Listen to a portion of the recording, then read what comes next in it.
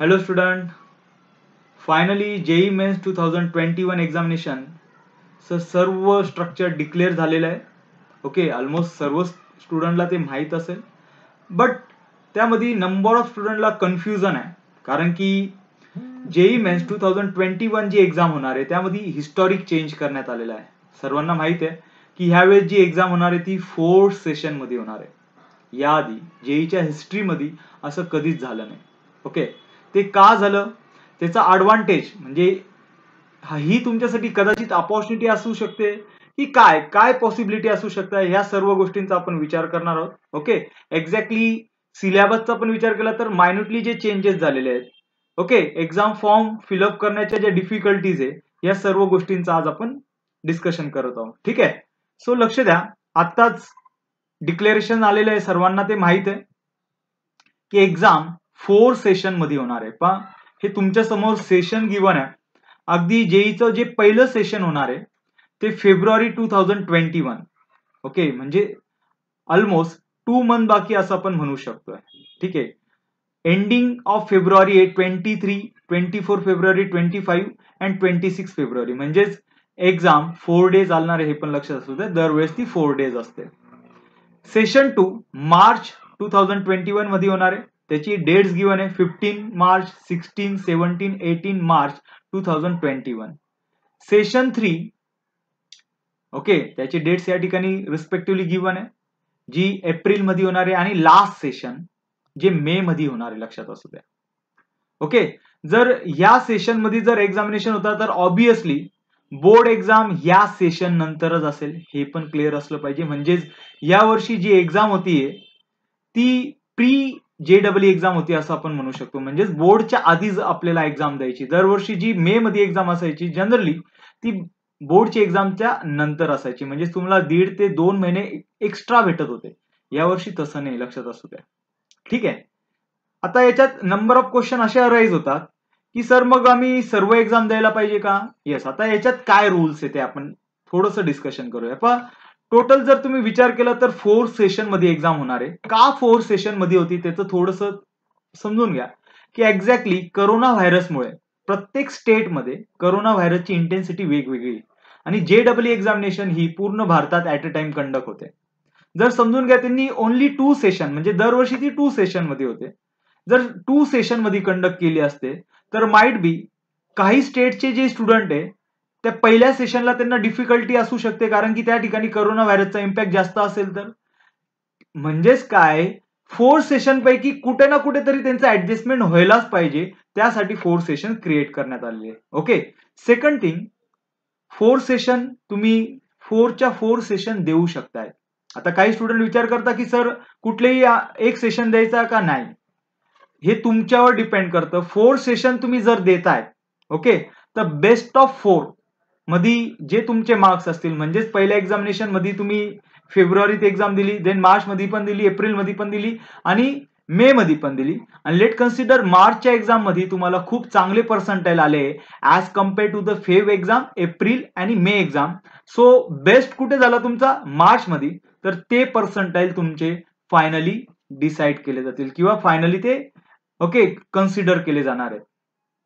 तर आता ह्यामध्ये एक प्रश्न असा जनरेट होतो की मग सर आपण कुठली एक्झाम द्यायला पाहिजे? हे पहा, जे विद्यार्थी जेईचं प्रिपरेशन करतात, अगदी 11 क्लास पासून पण जेईचे भरपूर स्टुडंट प्रिपरेशन करतात. ओके, त्यांनी सेशन 1, सेशन 2, सेशन 3 आणि सेशन 4 हे चारही पण देणं गरजेचं आहे, लक्षात असू द्या.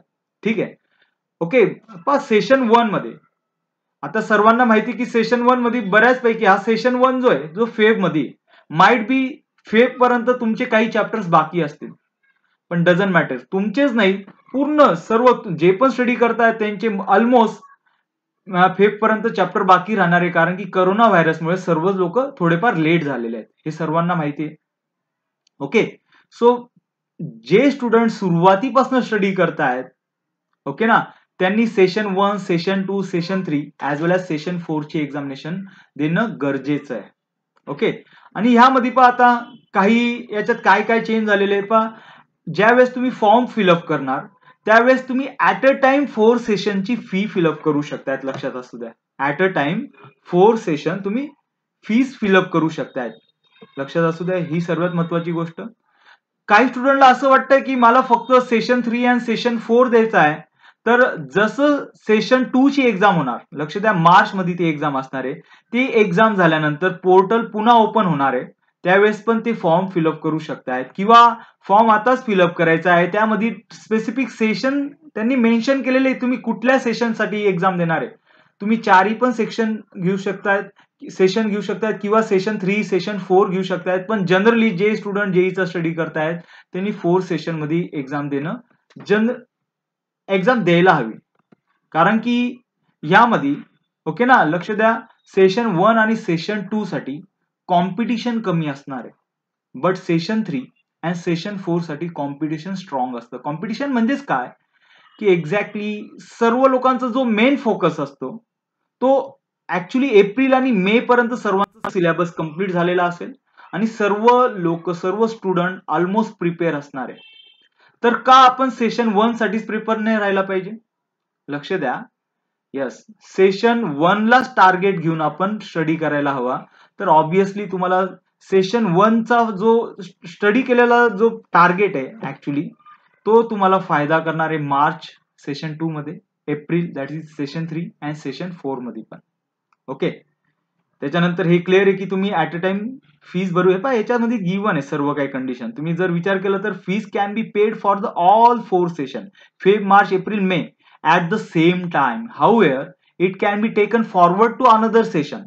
ओके, लक्ष द्या, in case a candidate does not want to appear in the session for the which fee has been paid, okay, it will be refund by NTA. ती रिफंड करण्यात येईल. म्हणजे समजून घ्या, तुम्ही सर्व फीस पण भरून टाकली आणि सेशन 3 तुम्ही नाही दिला, सेशन 1 दिला, 2 दिला आणि 4 दिला, 3 नाही दिला, तर 3 ची सेशनची जी फीज आहे ती तुम्हाला रिफंड केली जाईल. त्यासाठी स्पेसिफिक त्या ठिकाणी एक विंडो ओपन होणार आहे. ओके ना, म्हणजे त्याच्यासाठी पण तुम्हाला एक बेसिक एनटीएच्या साईडवर जाऊन ऍप्लिकेशन करायचं आहे. हे क्लिअर आहे बाळांनो, ठीक आहे. सो हे तर आता क्लिअर आहे की आपल्याला एक्झाम ऍट अ टाइम तुम्ही चारही पण एक्झाम देऊ शकतायत. हे तुमच्यावर डिपेंड करतं, तुमच्या स्टडीवर डिपेंड करतं. पण मी तुम्हाला रिकमेंडेड करेल की जनरली 4 एक्झाम, चारीच्या चारी एक्झाम द्या. काय नाही, थोडंफार. आणि गर्ल्स कोट्यामध्ये हाफ फी असते, सर्वांना माहिती आहे. बॉईजला जी फीज आहे त्याच्यापेक्षा गर्ल्सला हाफ आहे. तर त्याचा तुम्ही अजून फायदा घेऊ शकतायत, ठीक आहे. त्याच्यानंतर मार्क्सचं सिस्टम तुम्हाला कळालं की बेस्ट ऑफ, ओके ना, 4 मध्ये तुमचे मार्क्स कन्सिडरेशन केले जाणार आहे. त्यानंतर पहा, याच्यात अजून एक चेंज करण्यात आलेला सर्वात महत्वाचा जो चेंज आहे की दरवर्षी जी एक्झाम असायची ती 75 क्वेश्चन असायचे. या वर्षी जर तुम्ही पाहिले तर 90 क्वेश्चन असणार आहे.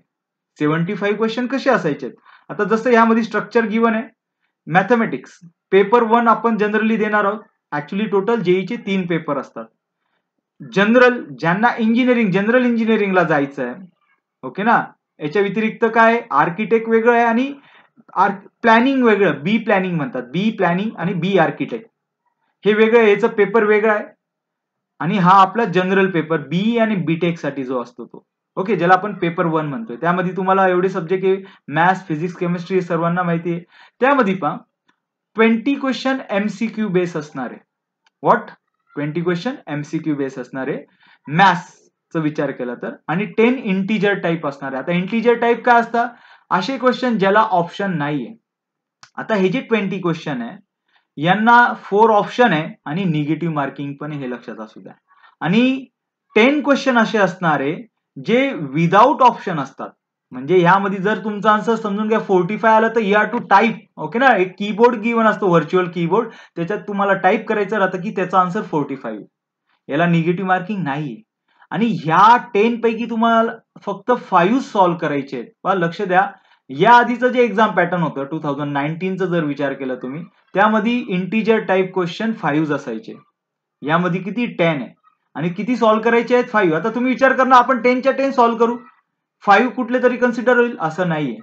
ऍक्च्युली याच्यासाठी एक सॉफ्टवेअर बनलेलं आहे, जो अल्गोरिथम असणार आहे सॉफ्टवेअरचा, तो असा असणार आहे की तुम्ही फक्त 5च क्वेश्चनचे आन्सर देऊ शकताय. मग हे तुमच्यावर डिपेंड करतं की 10 पैकी मॅथ्स मध्ये कुठले 5 क्वेश्चन अटेंड करायचे.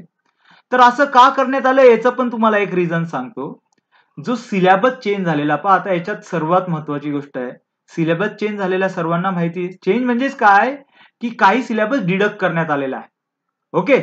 सो प्रत्येक स्टेटचा सिलेबस वेगवेगळ्या फॉर्मॅटमध्ये डिडक्ट झालेला आहे. म्हणजेच काय, जर तुम्ही महाराष्ट्राचा विचार केला आणि एमपीचा विचार केला, मध्य प्रदेशचा, तर त्यामध्ये काही कंटेंट सेम डिडक्ट करण्यात आलेले, काही त्यांना आहेत किंवा महाराष्ट्रामध्ये नाहीये. म्हणजेच एमपीला आहेत तर महाराष्ट्राला नाही, किंवा महाराष्ट्राला आहे तर एमपीला नाही, असं दुसऱ्या स्टेट सोबत पण झालेलं आहे.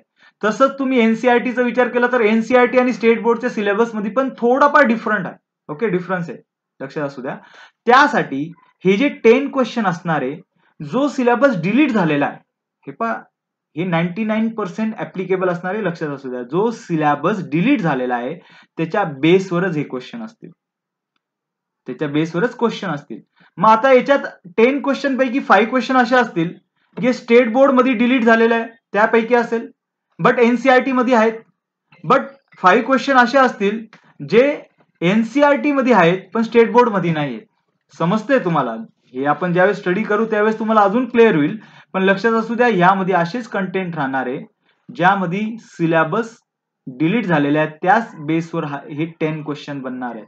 आणि 20 क्वेश्चन म्हणजे जो सिलेबस आहे, ओके ना, सर्वांना तो प्रत्येकाला स्टडी करायचाच आहे, ते 20 क्वेश्चन ह्या बेसवर असणार आहे.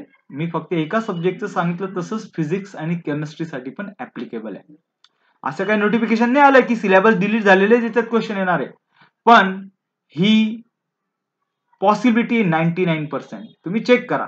तुम्ही जर अजून थोडंसं अनालिसिस केलं, हे आमचं अनालिसिस आहे, ओके ना, सर्व टीचर तुम्हाला हेच सांगतील.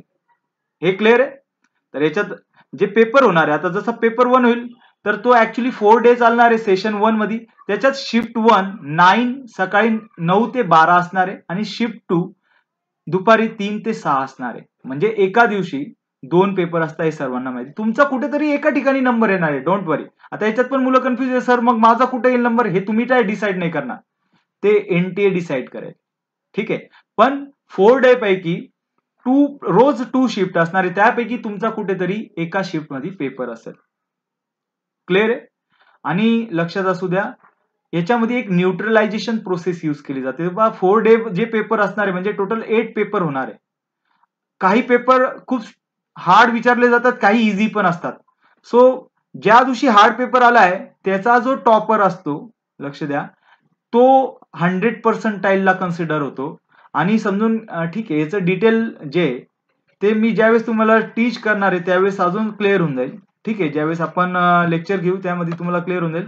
पण न्यूट्रलायझेशन प्रोसेस असं म्हणते की समजून घ्या, फर्स्ट डे 165 चा हायस्ट आला आणि सेकंड डे 155 चा हायस्ट आला, तरी पण ह्या दोघांचं पर्सेंटेज सेम असतं, कारण की पहिला पेपर कदाचित इझी असेल, दुसरा हार्ड असेल, ओके ना.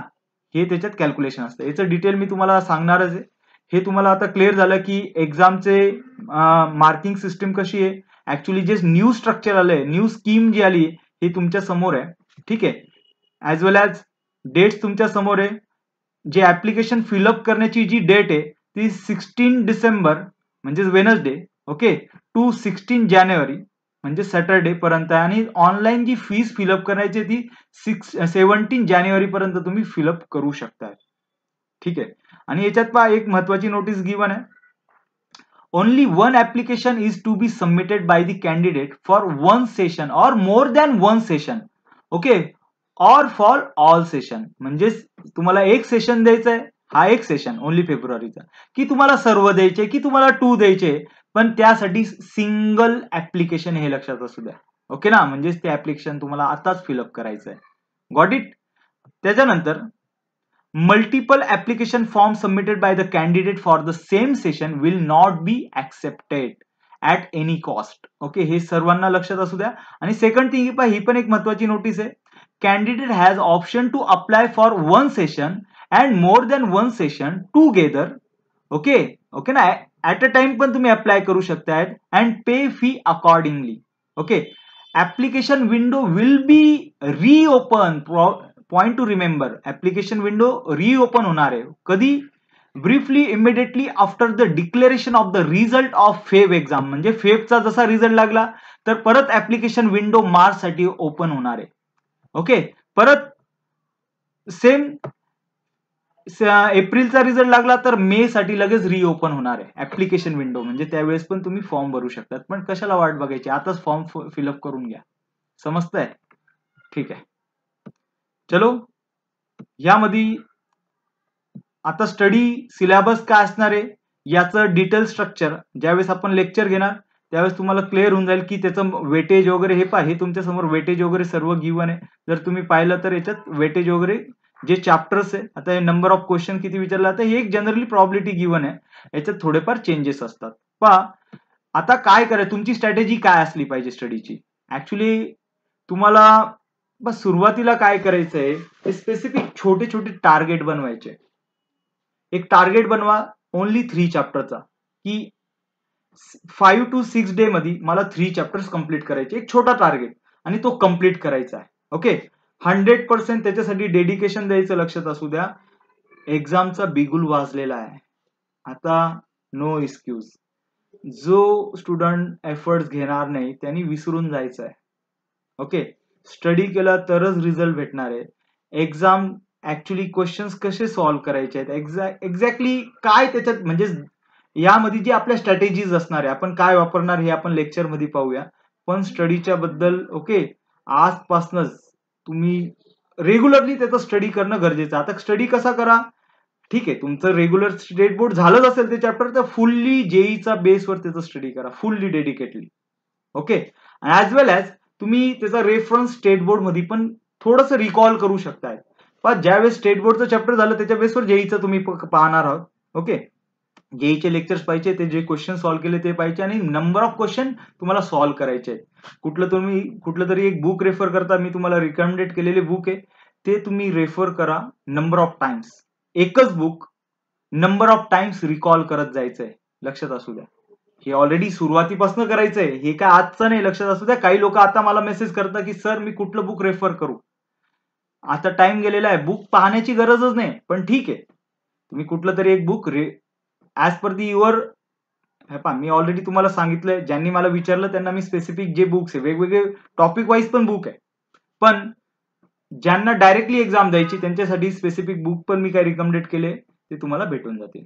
ठीक आहे, जे पण डिफिकल्टीज असतील, जे डाऊट्स असतील ते तुम्ही विचारू शकतायत, मला मेसेज करा, तुम्हाला बाकी सर्व त्याच्यात भेटून जाईल. ठीक आहे, हे काही वेटेज वगैरे तुमच्या समोर गिवन आहे. आणि ऍज वेल ऍज जे सर्क्युलर आलेले आहेत, पहा हे सर्क्युलर आहे, त्याची पीडीएफ आहे, एनटीएने ती पब्लिश केलेली आहे. Okay, he as it is me ग्रुपवर पण टाकणार आहे, ती तुम्हाला भेटू शकते. त्याच्यात डिटेल तुम्ही स्टडी करा. तसंच बी आर्किटेक्ट आणि बी प्लॅनिंगचा जो ऍक्च्युली सर्व काही सेम आहे, फक्त एक्झाम स्ट्रक्चर चेंज आहे, हे लक्षात असू द्या. हे सर्वांना माहित आहे त्यामध्ये काय असणार आहे. ठीक आहे, मॅथ्स 20 क्वेश्चन म्हणजे मॅथ्स ऑलमोस्ट सेम असणार आहे आणि बाकी बऱ्यापैकी चेंजेस असतात. ऍप्टिट्यूड टेस्ट वगैरे, प्लॅनिंग वगैरे, त्याच्यात वेगवेगळे पॅरामीटर्स, ड्रॉइंग टेस्ट वगैरे असते, हे तुम्ही रेफर करू शकता. ठीक आहे, थँक्यू फॉर इट. जी पण डिफिकल्टी आहे तुम्ही मला शेअर करा, अजून आपण डिस्कशन करूया. ठीक आहे, थँक्यू.